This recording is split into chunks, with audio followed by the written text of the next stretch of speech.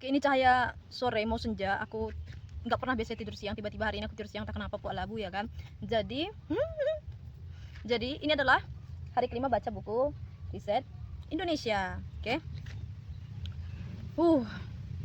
Jadi aku baca bab yang ditulis oleh Yusuf Priambodo sama Benaya Harobu.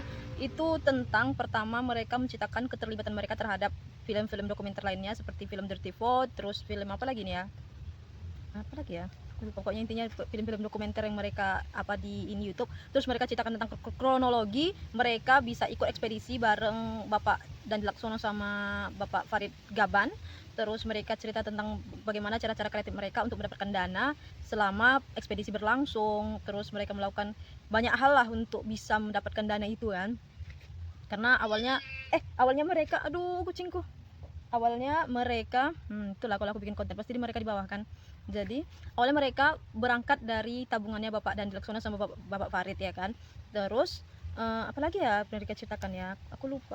Terus oh iya, kenapa hari ini aku bacanya biasanya kan 10 halaman tuh per hari, ini aku baca dari halaman 45 hingga 73, pokoknya sampai janji palsu sapu jagat yang ditulis, aku nggak tahu tulis siapa nulisnya, entah Bapak dan dia atau berempat sekalian, nggak tahu, tapi mungkin ada tulisannya nanti di ujung ini. Oke, dah. Jadi pertama mereka mention di sini ada namanya Dirty Vote. Aku ingat dulu Dirty Vote itu pertama kali kesan Dirty Vote itu, ku baca lah ya kan, ku baca mereka bilang di buzzernya, nggak tahu lah kenapa lah nggak ada yang ngasih tahu kalau buzzer itu diarahkan untuk mendukung, apalah intinya ya, kayak kenapa masih banyak lagi percaya dengan narasi buzzer yang jelas-jelas mendukung melakukan kecurangan dalam pemilu gitu. Terus itu kan kalau nggak salah periode kedua gitu kan. Udah oke. Udah. Jadi dari report ini yang ku baca, mereka bilang itu adalah black campaign beberapa hari sebelum pemilu gitu. Seingatku ya, itu berapa tahun lalu, 5 tahun mungkin, aku yang lupa. Kalau nggak, yang jelas pertama kali aku baca black campaign itu ya gara-gara itu gitu kan.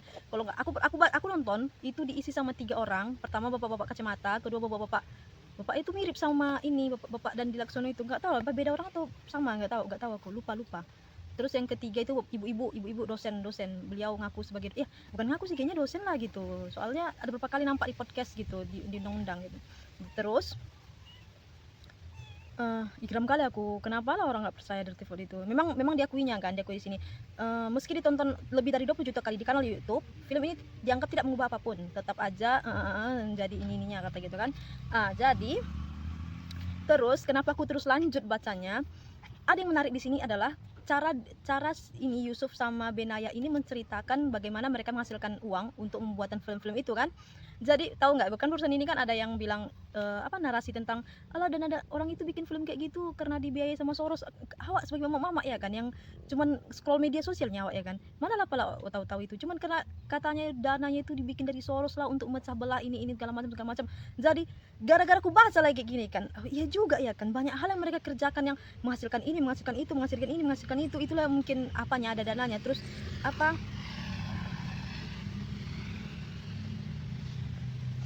terus ada beberapa tunggu, gara-gara apa tadi aku lupa.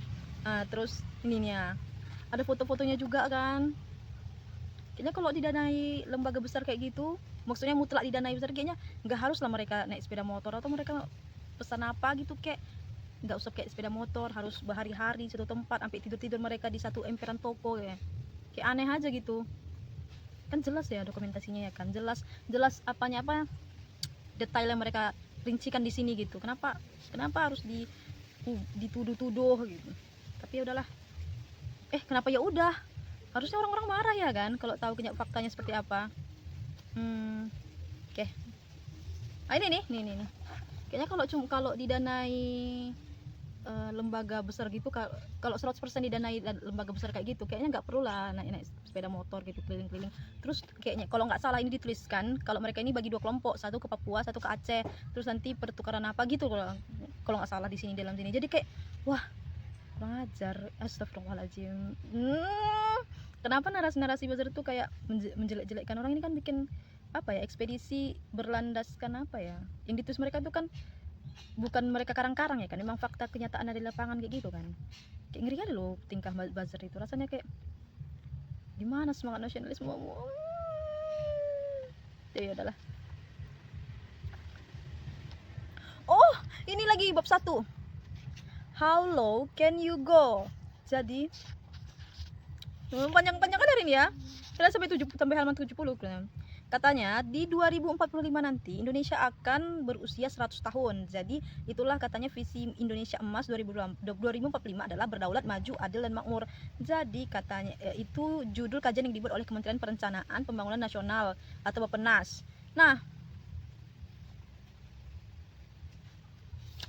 aku geramnya tahu nggak sih? Jadi di sini ditulis, dicantumkan lah kan. Menurut BPS, garis kemiskinan berdasarkan kriteria pengeluaran per kapita Rp595.242 per bulan. Orang itu baru disebut miskin jika pengeluarannya kurang dari 500. Boy, gini loh, aku tinggal di kebun nih. Ini kebun nih kan. Harga beras di sini 15.000 per kilo. 15.000 per kilo. Sekali lagi aku bilang, beras saja 15.000 per kilo. Satu rumah tangga itu paling sekitar 3 atau 5 orang, ya kan? Ini 595.000 ini per orang gitu maksudnya.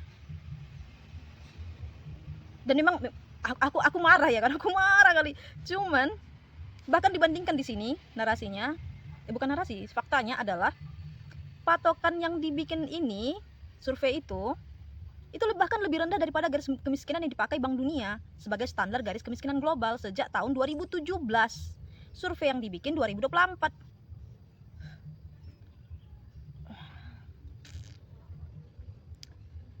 Katanya itu yang dibikin dunia itu, yang survei dibikin dunia itu adalah sekitar 1 juta per bulan, dan itu 2017. Piye toh? Maksudku mana? Terus data-data tentang pengangguran, kemiskinan dan segala macam, kayak ini beneran ya boy, ini beneran boy. Coba lah sesekali gitu tinggal di kampung gitu, beneran tinggal di kampungnya gitu, jangan, nggak tahu deh, kayaknya aneh aja gitu, kayak ngawur. Tapi udahlah, udah jelas-jelas ini ya kan. Udah berapa orang sih baca ini? Udah berapa orang di Indonesia ini? Dan aku baru baca, rasanya kayak